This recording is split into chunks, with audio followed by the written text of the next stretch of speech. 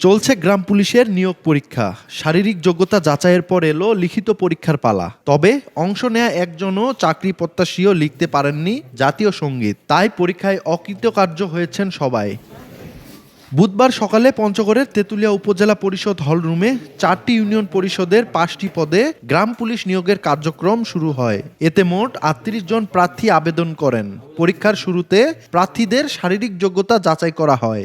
এরপর নিয়োগ কমিটির সিদ্ধান্ত অনুযায়ী মেধা যাচাইয়ের অংশ হিসেবে সব প্রার্থীদের জাতীয় সঙ্গীত লিখতে দেয়া হয়। নির্ধারিত সময়ের মধ্যে কোনো প্রার্থী সম্পূর্ণ ও শুদ্ধভাবে জাতীয় সঙ্গীত লিখতে পারেনি।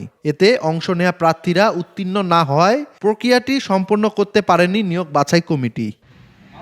এ ঘটনার পর জেলা জুড়ে ব্যাপক আলোচনা সৃষ্টি হয়। সচেতন নাগরিকরা বলছেন, গ্রাম পুলিশের মতো গুরুত্বপূর্ণ দায়িত্ব পালনে নিয়োজিত ব্যক্তিদের ন্যূনতম শিক্ষাগত ও সাধারণ জ্ঞানের মান নিশ্চিত করা প্রয়োজন। গতকাল তেঁতুলিয়া উপজেলায় গ্রাম পুলিশ নিয়োগের পরীক্ষা হয়। সে পরীক্ষায় জাতীয় সঙ্গীত লেখা নিয়ে একটা অভিযোগ উঠছে।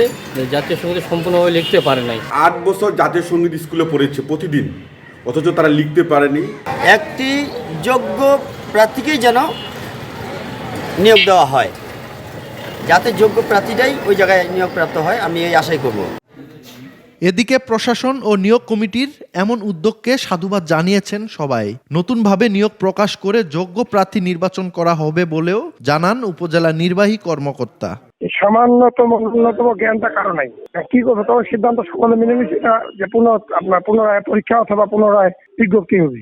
আনফর্চুনেটলি কেউই জাতীয় সঙ্গীত লিখতে পারেনি, সঠিকভাবে লিখতে পারে নাই, পুরো 10 লাইনও লিখতে পারে নাই।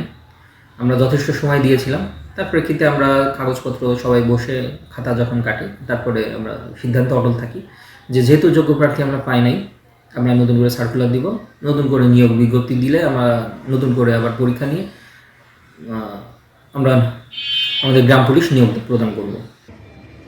উপজেলার তিন্নইহাটে 10 জন, তেঁতুলিয়ায় 5 জন, শালবাহানে 8 জন ও দেবনগর ইউনিয়ন পরিষদে 15 জন চাকরি প্রত্যাশী আবেদন করেন।